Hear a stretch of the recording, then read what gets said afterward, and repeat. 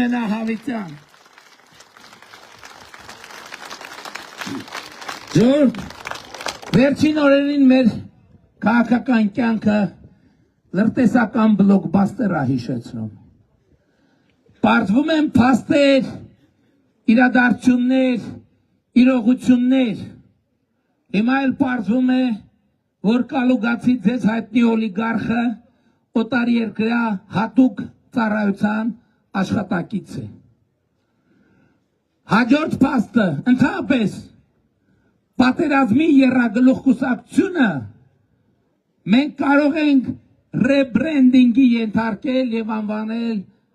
լրտեսական եռագլուխ կուսակցության կամ եռալրտեսական կուսակցություն։ Ես ուզում եմ ձեզ հիշեցնել, որ ընդամենը տարիներ առաջ, 2 տարի առաջ էր կարծեմ, դες կալուգացու հարցը պարզ է, այսինքն այնպիսի անառարկելի փաստեր կա, նրանք չեն էլ համարձակվում, ասեն, որ դատի կտան, որտեվ ինչը դատի տան։ Նա հարաբերակված փաստեր այնքան ակնհայտ եւ անառարկելի են, երկրորդն է դատի տալը միայի բա, այդ դատը պարտվելը արդեն պեչատը ճակատին խփելը։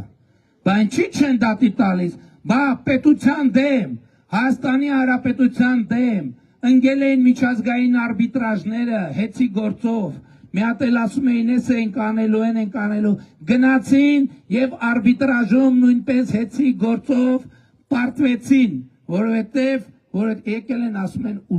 ուժեղը դուք չեք, ուժեղը պետությունն է, ուժեղը Հայաստանի Հանրապետությունն է։ Չի կարող որևէ մեկը Հայաստանի Հանրապետությունում լինել ավելի ուժեղ, քան Հայաստանի Հանրապետությունը, որովհետև Հայաստանի Հանրապետությունը տեր ունի, ուժեղ տեր ունի, եւ այդ տերը Հայաստանի Հանրապետության քաղաքացին է, Հայաստանի Հանրապետության ժողովուրդը։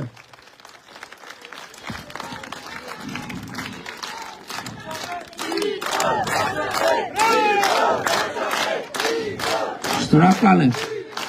Էս այդ մասով, դե թող գնան արբիտրաժներ դիմեն, թող գնան միջազգային արբիտրաժներ դիմեն, միջազգային հետաքննող հեղինակավոր լրատվամիջոցը, խփելա ճակատներին ապացույցադրել, որ նա հանդիսանում է օտարերկրյա հատուկ ծառայության աշխատող։ Ընդ որում էլի եմ ասում, ամենայն հարգանքով, ես վերջում կասեմ դա, եթե հիշում եք, 2 տարի առաջ Ռոբերտ Քոչարյանի ձայնագրություն հրապարակվեց, որտեղ նա ասում է, դիմելով օտար երկրին, ասում է, դե դուք ինձ մցրեցիք քաղաքական դաշտ Հայաստանի, ես հիմա պրոբլեմներ ունենք, խնդրում եմ ինձ ապահովեք ինձ դուրս գալ այդ քաղաքական դաշտից։ Այն ժամանակ ինչ արեցին, ասին դե արհեստական ինտելեկտով բան արած, պատրաստած եւ այլն։ Այն ժամանակ ես առաջարկ արեցի, ասի թող հասարակական կազմակերպությունները միջազգային փորձաքննություն պատվիրեն, այդ ձայնագրությունը օրիգինալ է, թե օրիգինալ չի։ Իմիջայլոց հասարակական կազմակերպություններ սիրում են մեզ քննադատել, ճիշտ են անում, եւ ես ընդունում եմ քննադատությունը, ել եմ ասում, մենք անթերի չենք, ընդհակառակը, ինչքան շատ քննադատեք մեզ, այնքան լավ, մենք ավելի կհղկվենք, ավելի լավ կաշխատենք, ավելի պատասխանատու բայց թույլ տվեք քննադատեմ ես հասարակական կազմակերպությունը, ինչու այդ փորձաքննությունը չպատվիրվեց, ինչու Ռոբերտ Քոչարյանի փորձաքննությունը չպատվիրվեց։ Ես ասում եմ պատասխանատու, որպես Հայաստանի Հանրապետության վարչապետ երաշխավորում եմ, որ դա օրիգինալ ձայնագրություն է, որ երաշխավորում եմ,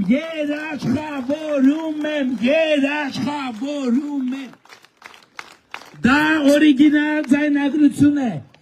էլի կոչ եմ անում հասարակական կազմակերպություններին, տարեք փորձաքննության եւ արեք դա միջև ընտրությունները, որպեսզի ժողովուրդը իմանա, բայց եթե ժողովուրդը կարող է ավելի վստահել իմ ասացին, ես ձեզ երաշխավորում եմ, որ դա օրիգինալ ձայնագրություն է, այդ խոսողը, այդ խնդրողը Ռոբերտ Քոչարյանն է, նա ինքը իր ձայնով է այդ նախադասությունները հնչեցրել, եւ սա լրտեսի գործունեություն է, եւ սա լրտեսի գործունեություն է։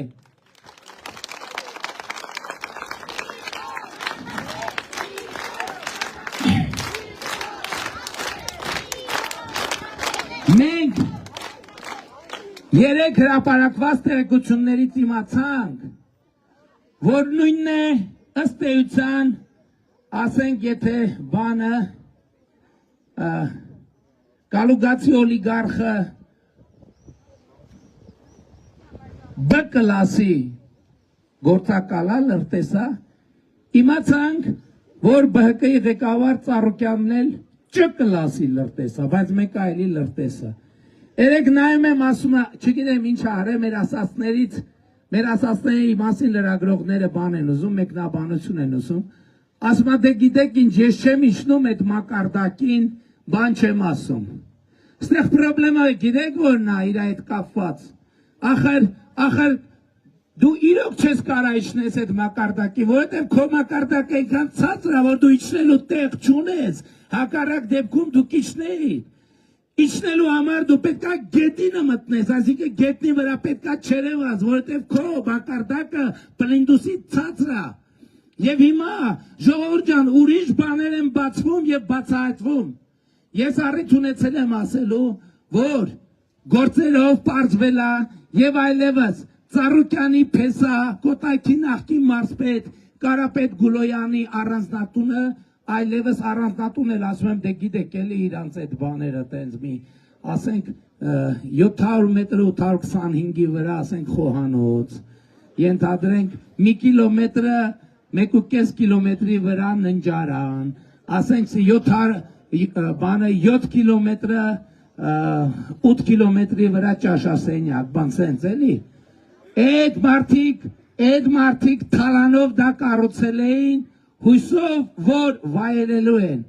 վայելելու են, բայց ոչ թե իրենք, այլ Հայաստանի Հանրապետության ժողովուրդը, որովհետև դա այլևս հիմա վերջնական անշրջելիորեն Հայաստանի Հանրապետության ժողովրդի սեփականությունն է, բայց այդ Գուլոյան, Ծառուկյան, մաֆիան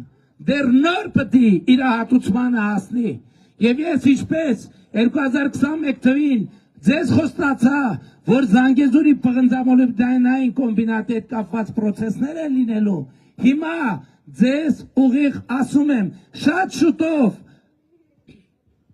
Ծառուկյան ԲՀԿ ղեկավարի բիզնես ողնաշարը Արարատի ցեմենտի գործարանը լինելու է պետական եւ պատկանելու է Հայաստանի Հանրապետությանը,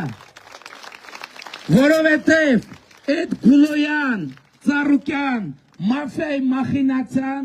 բացահայտվել է եւ Հայաստանի Հանրապետության կառավարությունը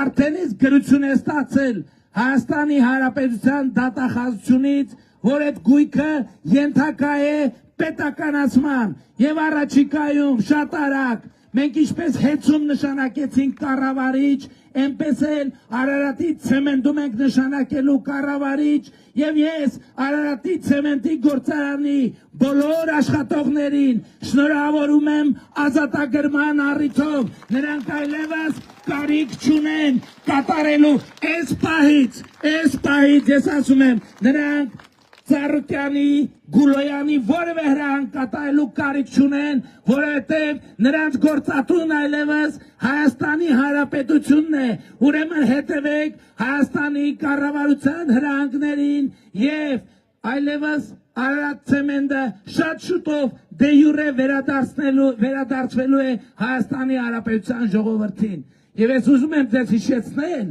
ժողովուրդ, 2018 թվականից 2026 թվականը Զանգեզուրի պղնձամոլիբդենային կոմբինատը պետական բյուջե 300 միլիարդ դրամով ավել փողա վճարի, 300 միլիարդ, քան նախորդ 8 տարում։ Նախինում են ուն են գնացել այդ փողերը, գնացել են Եռագլուխ մաֆիայի գրպանը,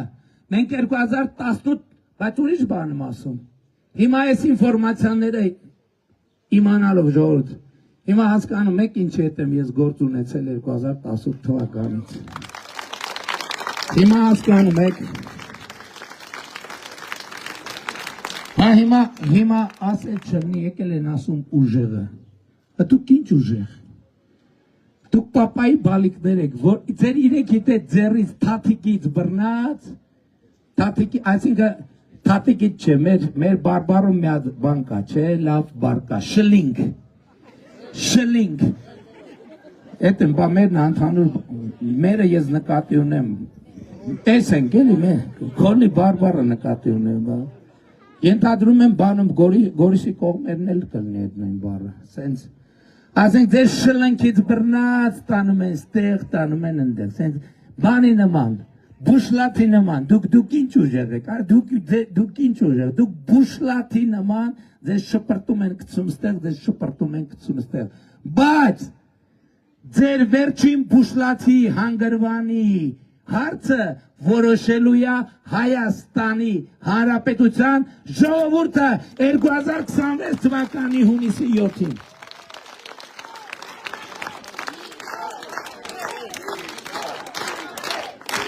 Բայց ես էսել եմ ուզում ասեմ, ժողովուրդ ջան, ես էսել եմ ուզում ասեմ,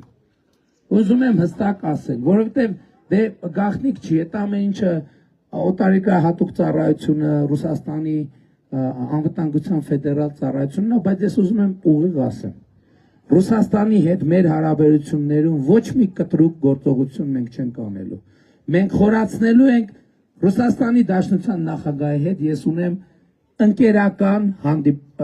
հարաբերություններ բառից բուն իմաստով։ Ընդհանրապես ես չգիտեմ, ես կասկածում եմ,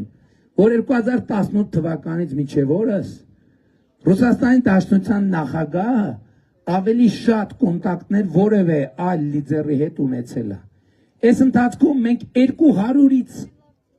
մոտ 200, հիմա թիվը կարող եմ մի քիչ խառնեմ, հեռախոսազրույց ենք ունեցել։ Մենակ հեռախոսազրույց 200 հեռախոսազրույցից ավել, դուք պատկերացնում եք, այդ նշանակում է, որ այս 8 տարվա մեջ համարյա ամեն ամիս գործնականում կամ գուցե ավելի հաճախ Ռուսաստանի Դաշնության կառավարության ղեկավարի հետ շատ ջերմ ընկերական հարաբերություններ ունենք։ Եվ մենք ընդհանրապես Ռուսաստանի հետ մեր վերաբերմունքը շատ ջերմ է։ Այստեղ խնդիրն ուրիշ տեղ է, մենք ի վերջո պետք է հասկանանք, որ շատ դեպքերում մեզ ասում են Ռուսաստանի հետ մեր ընդդիմությունը, ասում է Ռուսաստանի հետ հավասարը հավասար հետ հարաբերություններ, ժողովուրդ ջան, լավ եկեք բան չանենք էլի, հումոր, բայց հումորն է Ռուսաստանը գերտերությունը, եւ Ռուսաստանին պետք է վերաբերվել հարգանքով, ակնածանքով, ինչպես գերտերությանն են վերաբերում, եւ ես այդպես էլ վերաբերվում եմ ոչ միայն Ռուսաստանին, այլև Ռուսաստանի նախագահին եւ Ռուսաստանի կառավարության ղեկավարին։ Բայց ես իրանց մի բան եմ ասում եմ մենք Ռուսաստանի շահերը վնասելու համար երբեք չենք արել ոչ մի բան ու չենք անի։ Ես այս վերջերս պատվեցի, ուրեմն մեծ պատվիրակությունով հանդիպում էր եւ Ռուսաստանի բարձրաստիճան ամենահայտնի ներկայացուցիչներից մեկը ասեց, որ Հայաստանը Եվրամիության հետ հարաբերություններով վնաս է հասնում Ռուսաստանի շահերին։ Ես արձագանքեցի, ասի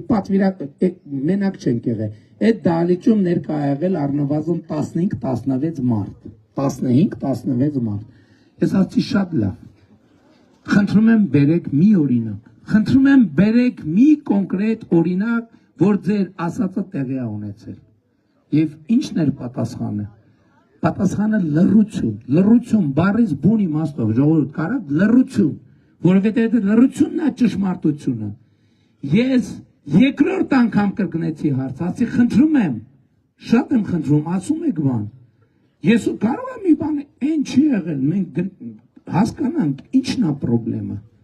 Եվ երկրորդ հարցին նույնպես հետևեց լռություն։ Եվ ես ասում եմ, մենք ոչ մի կտրուկ գործողություն չենք անելու, ոչ մի կտրուկ, բայց մենք թափանցիկ ենք եւ մենք ինչ է ասում, մենք ամենայն հարգանքով վերաբերվում ենք Ռուսաստանի շահերին, ամենաբարձր ձևով, Բայց կներեք, մենք չենք կարող Ռուսաստանի շահին ավելի բարձր վերաբերվել, քան մեր շահերին, հասկանում եք, քան Հայաստանի Հանրապետության շահերին։ Եվ սա լեգիտիմ դիրքորոշում է։ Եվ մենք հետևում ենք եւ գնալու ենք Հայաստանի շահերին, եւ մենք հակասության եւ հակադրության, էլ չեմ ասում լեզվակռվի, բանավեճի մեջ չենք մտնելու Ռուսաստանի մեր գործընկերների հետ, բարձր մակարդակի երկխոսությունը շարունակվելու է։ Ժորժ ջան, այս ամեն ինչ որ ասացի շատ կարևոր է, բայց այնուամենայնիվ այս ընտրությունների ամենակարևոր նրբությունը եւ ամենակարևոր ասելիքը հետեւյալն է։ Ես եկել եմ մի հիմնական ասելիքով։ Ես ուզում եմ բոլորի